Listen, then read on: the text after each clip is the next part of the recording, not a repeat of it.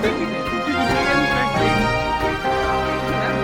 Yes, on the national platform, senior MLS platform.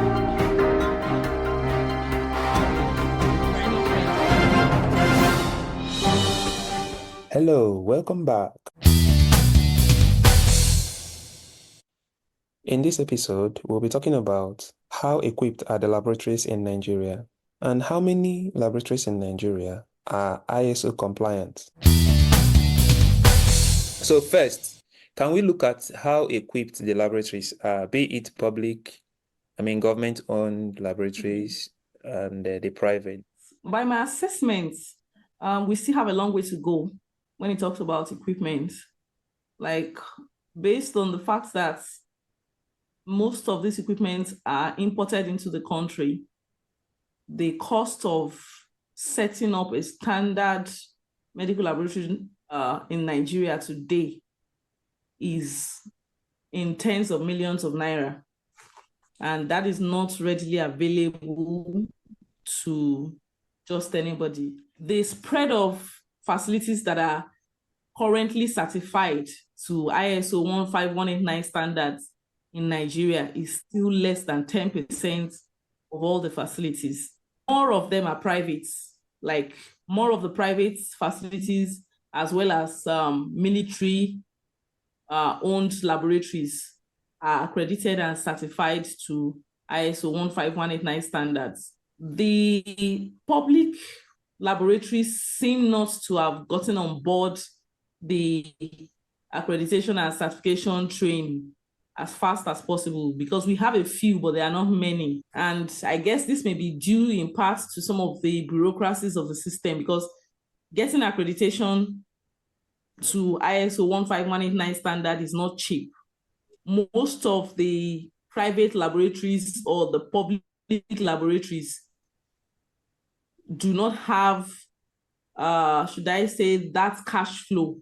It gets easier to understand why it's hard, because like the public laboratories actually operate on IGR, that is internally generated revenue. Whatever you make is what you use to procure reagents as well as provide services to the public. Now, what that means is that the government is paying for the resources, like the human resources, payment of salaries and some other things, but the government does not give money for things like accreditation and stuff like that. We have to wrap up now.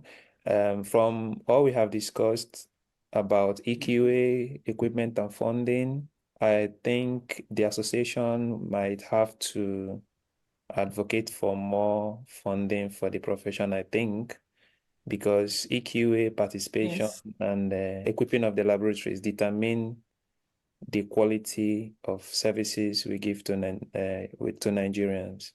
And I think the association should have these as top priorities. I know salaries are an important part of everyday conversation, but apart from that, we should, the association to try to make this a top concern, because if we are not having, and most of the laboratories would be public or private, on the list of ISO accreditation, then it tells that most Nigerians are not getting ISO certified services. And in addition to that, healthcare insurance in Nigeria still needs a lot of donor funding. Like, there are communities where, based on the income level of the people who live there, they cannot afford to pay for their own healthcare insurance. So we've had a pilot project where we try to raise money for some of these communities and from within Nigeria.